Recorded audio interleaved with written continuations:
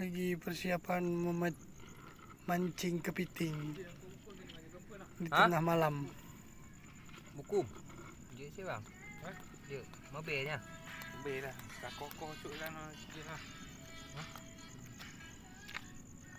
Ada packing lah.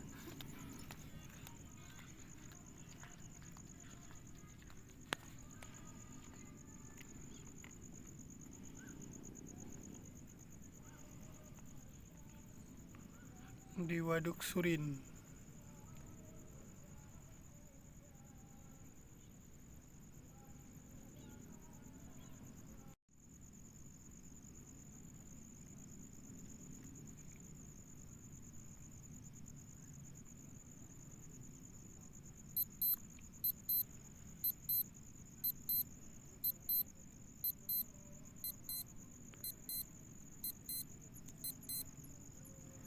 Keadaan sunyi dan sepi.